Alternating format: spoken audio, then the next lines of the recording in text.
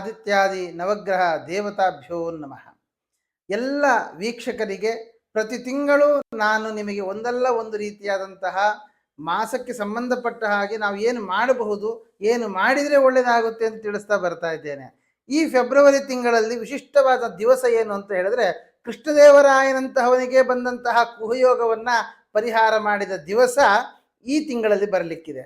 ಹಾಗಾದರೆ ನಮ್ಮ ದಾರಿದ್ರ್ಯವನ್ನು, ನಮ್ಮ ಎಲ್ಲ ವಿಧವಾದ ಅನಾರೋಗ್ಯಗಳನ್ನು ಪರಿಹಾರ ಮಾಡಿಕೊಳ್ಳಬಹುದಾದಂತಹ ದಿವಸವೂ ಈ ಮಾಸದಲ್ಲಿ ಸೇರಿಕೊಂಡಿದೆ. ಹಾಗಾದ್ರೆ ನಾವು ಏನು ಮಾಡಬೇಕು, ನಮ್ಮ ದಾರಿದ್ರ್ಯವನ್ನು ಹೇಗೆ ಪರಿಹಾರ ಮಾಡಿಕೊಳ್ಬೇಕು, ನಾವು ಹೇಗೆ ಸಿರಿವಂತರಾಗಬಹುದು, ನಮ್ಮ ಮಕ್ಕಳು ಹೇಗೆ ವಿದ್ಯಾವಂತರಾಗಬಹುದು, ಎಲ್ಲ ವಿಧವಾದಂತಹ ವಿಷಯಗಳನ್ನು, ಜೊತೆಗೆ ರಥಸಪ್ತಮಿ, ಭಾರತ ಹುಣ್ಣಿಮೆ ಎಲ್ಲದರಲ್ಲಿಯೂ ಕೂಡ ನಾವು ಮಾಡಬೇಕಾದಂತಹ ವಿಷಯಗಳು, ಯಾವ್ಯಾವ ರಾಶಿಯವರು ಏನೇನು ಮಾಡಿದರೆ ಸಿರಿವಂತರಾಗ್ತಾರೆ, ಆರೋಗ್ಯವಂತರಾಗ್ತಾರೆ, ಎಲ್ಲವನ್ನು ನಿಮಗೆ ತಿಳಿಸಿಕೊಡ್ತೇನೆ.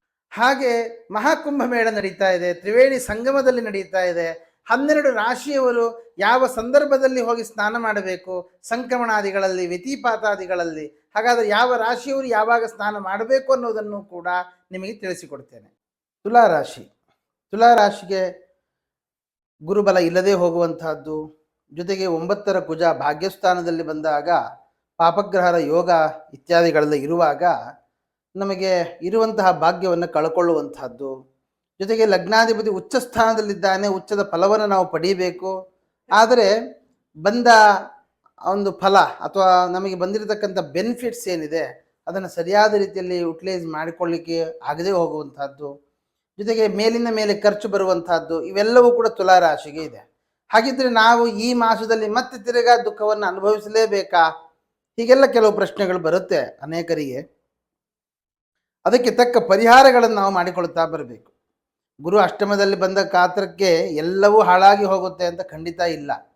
ಆದರೆ ಅದನ್ನು ಸರಿಯಾದ ರೀತಿಯಲ್ಲಿ ಉಪಯೋಗಿಸಿಕೊಂಡೆವು ಅಂತ ಆದರೆ ತುಂಬ ಅನುಕೂಲ ಆಗುತ್ತೆ. ಗುರು ವಕ್ರಗತಿಯಾಗಿರುವುದು, ಆದ್ದರಿಂದ ಪ್ರತಿನಿತ್ಯ ವಿಷ್ಣು ಸಹಸ್ರನಾಮವನ್ನು ಜಪ ಮಾಡ್ತಾ, ಕುಲದೇವರಿಗೊಂದು ತುಪ್ಪದ ದೀಪವನ್ನು ಹಚ್ಚಿ ಪ್ರತಿನಿತ್ಯ ದೇವರ ಆರಾಧನೆಯನ್ನು ನಾವು ಮಾಡ್ತಾ ಬಂದೆವು ಅಂತ ಆದರೆ ಖಂಡಿತವಾಗಿ ಎಲ್ಲ ದುಃಖಗಳಿಂದ ಪರಿಹಾರ ಸಿಗುತ್ತೆ. ಹಾಲಾಹಲ ವಿಷ ಸಿಕ್ಕ ಮೇಲೆ ಸುಖ ಸಿಕ್ಕದ್ದು, ಅಮೃತ ಸಿಕ್ಕಿದ್ದು. ಹಾಗಾಗಿ ನಮಗೆ ದುಃಖ ಬಂದಿದೆ ಅಂತ ಆದರೆ ಅದಕ್ಕೆ ಸರಿಯಾಗಿ ಸುಖವನ್ನು ಕೂಡ ಪರಮಾತ್ಮ ಕೊಟ್ಟೇ ಕೊಡ್ತಾನೆ. ಆ ನಿಟ್ಟಿನಲ್ಲಿ ನಾವು ತುಲಾರಾಶಿಯವರು ಪ್ರಧಾನವಾಗಿ ಈ ರವಿ ಸರ್ವಾಭೀಷ್ಟಾಧಿಪತಿಯಾಗಿ ಶತ್ರುಸ್ಥಾನದಲ್ಲಿ ಹೋಗಿ ಕೂತದ್ದರಿಂದ ನಮಗೆ ಗ್ರಾಮಕ್ಕೆ ಸಂಬಂಧಪಟ್ಟಂತಹ ಕುಲದೇವರಿಗೆ ಸಂಬಂಧಪಟ್ಟಿರ್ತಕ್ಕಂತಹ ಆರಾಧನೆಗಳನ್ನು ನೀವು ಮಾಡ್ತಾ ಬನ್ನಿ, ಖಂಡಿತ ಒಳ್ಳೆಯದಾಗುತ್ತೆ. ಇನ್ನು ವಿದ್ಯಾರ್ಥಿಗಳು ಯಾರಿದ್ದೀರಿ, ವಿದ್ಯಾಭ್ಯಾಸಕ್ಕೆ ಸಂಬಂಧಪಟ್ಟ ಹಾಗೆ ನಾವು ನೋಡುವಾಗ ಒಳ್ಳೆಯ ವಿದ್ಯಾಭ್ಯಾಸಕ್ಕೆ ಯಾವ ತೊಂದರೆಯೂ ಇಲ್ಲ. ಒಳ್ಳೆ ರೀತಿಯಲ್ಲಿ ಮುಂದುವರಿಯುವಂತಹ ಸಾಧ್ಯತೆಗಳು ಅಧಿಕವಾಗಿದೆ. ಅದರಲ್ಲಿಯೂ ಇಂಜಿನಿಯರಿಂಗ್ ಮಾಡ್ತಾ ಇರತಕ್ಕಂತಹ ವಿದ್ಯಾರ್ಥಿಗಳಿಗೆ ಇನ್ನಷ್ಟು ಲಾಭದಾಯಕವಾಗಿರತಕ್ಕಂತಹ ಸಮಯಗಳು ಒದಗಿ ಬರುತ್ತೆ. ಮತ್ತು ನೀವೇನು ಅಧ್ಯಯನ ಮಾಡಿರ್ತೀರ ಅದಕ್ಕೆ ಸಂಬಂಧಪಟ್ಟ ಹಾಗೇನೆ ಎಲ್ಲ ಎಕ್ಸಾಮ್ಗಳನ್ನು ನೀವು ಬರೆಯುವಂಥದ್ದು, ಕೋರ್ಸುಗಳನ್ನು ಮಾಡುವಂತಹದ್ದು, ಅಥವಾ ಕಂಪನಿಗಳು ಬಂದು ನಿಮ್ಮನ್ನು ಆಯ್ಕೆ ಮಾಡಿಕೊಂಡು ಕೆಲಸ ಸಿಗುವಂತಹದ್ದು ಎಲ್ಲ ಯೋಗಗಳು ತುಲಾರಾಶಿಯವರಿಗೆ, ವಿದ್ಯಾರ್ಥಿಗಳಿಗೆ ಕಂಡು ಬರ್ತಾ ಇದೆ. ಇನ್ನು ವಿಶೇಷ ವಿದ್ಯಾಭ್ಯಾಸದ ಬಗ್ಗೆ ಚರ್ಚೆ ಮಾಡುವುದಂತಾದರೆ, ಕೆಲಸವನ್ನು ಮಾಡ್ತಾ ಬೇರೆ ದೇಶಕ್ಕೆ ಹೋಗಿ ಓದುವಂತಹದ್ದಾಗಲಿ ಅಥವಾ ಕೆಲಸ ಮಾಡ್ತಾನೆ ಕೋರ್ಸುಗಳನ್ನು ಮಾಡುವಂತಹದ್ದಾಗಲಿ ಈ ಎಲ್ಲ ಯೋಗಗಳು ಅಧಿಕವಾಗಿದೆ. ಕಾರಣ ಕರ್ಮಾಧಿಪತಿ ಕರ್ಮಕಾರಕ ಒಟ್ಟಿಗೆ ಪಂಚಮ ಸ್ಥಾನದಲ್ಲಿ ಕೂತಾಗ ಕಂಪನಿಗಳಿಂದಲೇ ನಿಮ್ಮನ್ನು ಕೋರ್ಸ್ಗಳಿಗೆ ಕಳಿಸುವಂತಹದ್ದು, ನಿಮ್ಮ ಖರ್ಚು ಇಲ್ಲದೆ ಆ ಕಂಪನಿಯವರೇ ನಿಮಗೆ ಮುಂದಕ್ಕೆ ಹೋಗುವ ರೀತಿಯಲ್ಲಿ ಅನುಕೂಲ ಮಾಡಿಕೊಡುವ ಸಾಧ್ಯತೆಗಳು ಅಧಿಕವಾಗಿದೆ. ಹಾಗಾಗಿ ಖಂಡಿತವಾಗಿಯೂ ಕೂಡ ಹೊರದೇಶಕ್ಕೆ ಹೋಗುವವರು ಆಗ್ಬೋದು ಅಥವಾ ಇನ್ನೂ ಹೈ ಕೋರ್ಸ್ಗಳನ್ನು ಮಾಡಿಕೊಂಡು ಮುಂದಕ್ಕೆ ಹೋಗುವಂಥ ಅವಕಾಶಗಳು ತುಲಾರಾಶಿಯವರಿಗೆ ಕಂಡು ಬರ್ತಾ ಇದೆ. ಇನ್ನು ಈ ಜಾಗ ತಗೊಳ್ಬೇಕು ಅಥವಾ ಮನೆ ತಗೊಳ್ಬೇಕು ಇತ್ಯಾದಿಗಳಲ್ಲಿ ಯಾರಿಗೆ ಆಸಕ್ತಿ ಇದೆ ಅಂತ ಅವರು ಸ್ವಲ್ಪ ಡಿಲೇ ಮಾಡುವುದು ಒಳ್ಳೆಯದು. ಕಾರಣ 4ನೇ ಮನೆಯಲ್ಲಿ ಪಾಪಗ್ರಹ ಯೋಗ, ವ್ಯಯಾಧಿಪತಿಯ ಯೋಗ, ಅಲ್ಲಿಗೆ ಪಾಪಗ್ರಹರ ದೃಷ್ಟಿ, ನಮಗೆ ತಗೊಳ್ಳೇಬೇಕು ಅನ್ನುವಂತಹ ಮನಸ್ಥಿತಿ ಮೂಡಿ ಬರಬಹುದು. ಆದರೆ ಸ್ವಲ್ಪ ನಿಧಾನಗತಿಯಲ್ಲಿ ನೀವು ಮುಂದುವರಿಯುವಂತಹದ್ದು ಒಳ್ಳೆಯದು. ಇಲ್ಲ ಅಂತ ಆದರೆ ಪೇಪರ್ ಸರಿ ಇಲ್ಲದೇ ಇರುವಂಥದ್ದಾಗಲಿ ಅಥವಾ ಹಣ ಜಾಸ್ತಿ ಕೊಟ್ಟು ತಗೊಳ್ಳುವಂಥದ್ದಾಗಲಿ ಈ ರೀತಿಯಾದಂತಹ ಕೆಲವು ಸಮಸ್ಯೆಗಳನ್ನು ಎದುರಿಸಬೇಕಾಗತ್ತೆ. ಇನ್ನು ಸಂತಾನಾಕಾಂಕ್ಷಿಗಳಿಗೆ ನೋಡುವಾಗ ಸ್ವಲ್ಪ ಡಿಲೇ ಆಗುತ್ತೆ. ಸಂತಾನ ಕಾರಕನಾಗಿರ್ತಕ್ಕಂತಹ ಗುರು ಅಷ್ಟಮಕ್ಕೆ ಹೋಗಿದ್ದರೂ ಸಂತಾನ ಭಾವದಲ್ಲಿ ಪಾಪಗ್ರಹ ಯೋಗ ಜೊತೆಗೆ ಚಂದ್ರನ ಯೋಗವೂ ಅಲ್ಲೇ ಇದೆ. ಆದ್ದರಿಂದ ಅನ್ಕೊಂಡ ಹಾಗೆ ಅನ್ಕೊಂಡ ಸಮಯಕ್ಕೆ ನಮಗೆ ಸಂತಾನದ ಗರ್ಭ ನಿಂತುಕೊಳ್ಳುವಂಥದ್ದಾಗಲಿ ಈ ಥರದ ಯೋಗಗಳು ಬಹಳ ಕಡಿಮೆ ಇದೆ. ಜೊತೆಗೆ ನಿಮ್ಮ ಜಾತಕಗಳ ವಿಮರ್ಶೆಗಳು ಕೂಡ ಅಗತ್ಯ ಇರುತ್ತೆ. ಇನ್ನು ಆರೋಗ್ಯದ ವಿಷಯಕ್ಕೆ ಬಂದಾಗ ಷಷ್ಠಸ್ಥಾನದಲ್ಲಿ ಲಗ್ನಾಧಿಪತಿಯೇ ಕೂತದ್ದರಿಂದ ಸ್ವಯಂಕೃತವಾಗಿರತಕ್ಕಂತಹ ಕೆಲವು ಅಪರಾಧಗಳು ಅಥವಾ ನನಗೇನಾಗತ್ತೆ ಬಿಡು ಅಂತಕ್ಕಂಥ ಕೆಲವೊಮ್ಮೆ ಹುಂಬುತನವೂ ಕೂಡ ನಮ್ಮ ಅನಾರೋಗ್ಯಕ್ಕೆ ಕಾರಣವಾಗಿರುತ್ತೆ. ಆದ್ದರಿಂದ ಏನು ಮಾಡಬೇಕು ಅಂತ ಹೇಳಿದ್ರೆ, ನಮ್ಮ ದೇಹದಲ್ಲಿ ಅದನ್ನು ಪ್ರಧಾನವಾಗಿ ಯಾವುದಕ್ಕೆ ಸಂಬಂಧಪಟ್ಟ ಹಾಗೆ ಅಂದರೆ ದೇಹಕ್ಕೆ ಅಧಿಕವಾದ ಆಯಾಸ ಬರುವಂತಹದ್ದು, ಸುಸ್ತು ಅಥವಾ ಸ್ಕಿನ್ ಅಲರ್ಜಿ ಅಥವಾ ನರಗಳಿಗೆ ಸಂಬಂಧಪಟ್ಟ ತೊಂದರೆ ಇತ್ಯಾದಿಗಳು ಸಣ್ಣ ಪುಟ್ಟ ತೊಂದರೆಗಳೇ ಆದರೂ ಅದಕ್ಕೆ ಬೇಕಾಗಿರತಕ್ಕಂತಹ ಒಂದು ಶಕ್ತಿ ದೇಹದಲ್ಲಿ ಇಲ್ಲದೇ ಇರುವುದು ಕೂಡ ಒಂದು ಕಾರಣ ಆಗಿರುತ್ತೆ. ಅದರಿಂದ ಒಳ್ಳೆಯ ಶಕ್ತಿದಾಯಕವಾಗಿರ್ತಕ್ಕಂಥ ಪದಾರ್ಥಗಳನ್ನು ನಾವು ಸೇವನೆ ಮಾಡುವಂತಹದ್ದು, ಜಂಕ್ ಫುಡ್ಗಳನ್ನು ಬಿಡುವಂತಹದ್ದು, ದೂರ ಸರಿಸುವಂತಹದ್ದು, ಒಳ್ಳೆಯ ಡ್ರೈ ಫ್ರೂಟ್ಸ್ಗಳನ್ನು ಪ್ರತಿನಿತ್ಯ ಸೇವನೆ ಮಾಡುವಂತಹದ್ದು, ಈ ಥರದಲ್ಲಿ ನಾವು ಪ್ರಾರಂಭ ಮಾಡಿದೆವು ಅಂತಾದರೆ ನಿಮ್ಮ ಆರೋಗ್ಯ ಸ್ಥಿರವಾಗಿ ಕಾಪಾಡಿಕೊಳ್ಳಬಹುದು.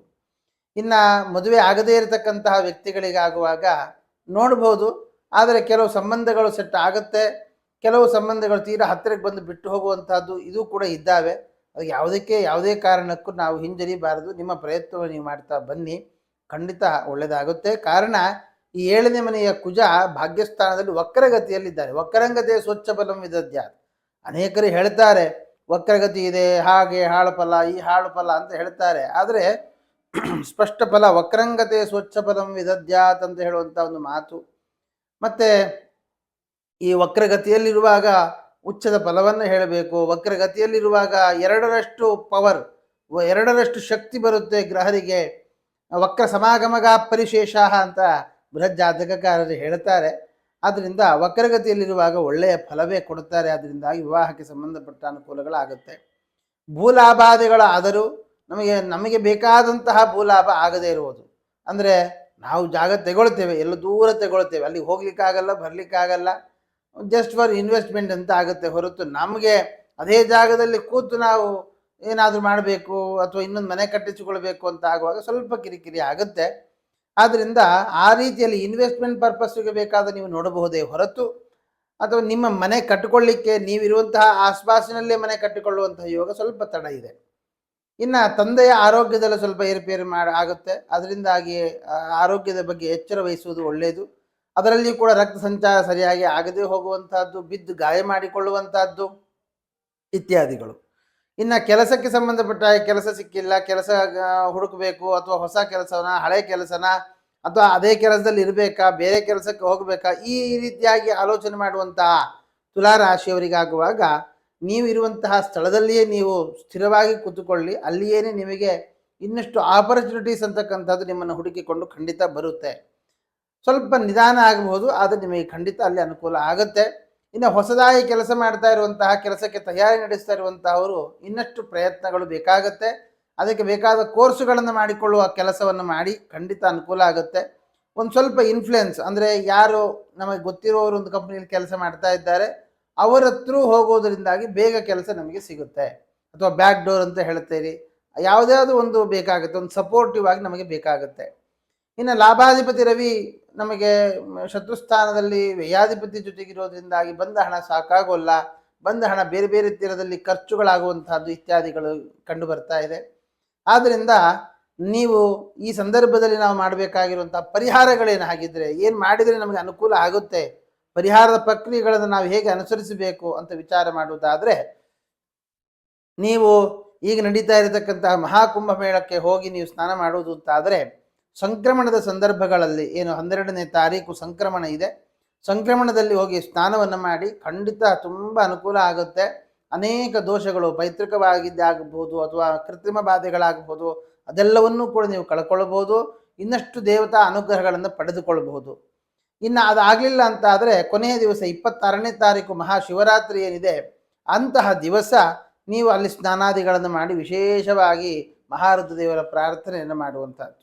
ಇಲ್ಲ ನಮಗೆ ಅಷ್ಟು ದೂರ ಹೋಗ್ಲಿಕ್ಕಾಗೋದಿಲ್ಲ ಅಂತಿದ್ರೆ ಪ್ರತಿ ದಿವಸ ರುದ್ರದೇವರಿಗೆ ಅಥವಾ ನಿಮ್ಮ ಮನೆಯ ಆಸುಪಾಸಿನಲ್ಲಿರ್ತಕ್ಕಂಥ ರುದ್ರದೇವರ ದರ್ಶನ ಮಾಡಿಕೊಳ್ಳಿ. ರುದ್ರದೇವರಿಗೆ ಇಂತಹ ದಿವಸ ಆ 12ನೇ ತಾರೀಕು 26ನೇ ತಾರೀಕು ರುದ್ರಾಭಿಷೇಕಾದಿಗಳನ್ನು ಮಾಡಿಸಿ ಆ ತೀರ್ಥ ಪ್ರಾಶನ ಮಾಡುವುದರಿಂದ ಎಲ್ಲ ಸಮಸ್ಯೆಗಳಿಂದ ತಾವು ದೂರ ಆಗಬಹುದು ಅಂತ ಹೇಳ್ತಾ ಶ್ರೀಕೃಷ್ಣಾರ್ಪಣಮಸ್ತು.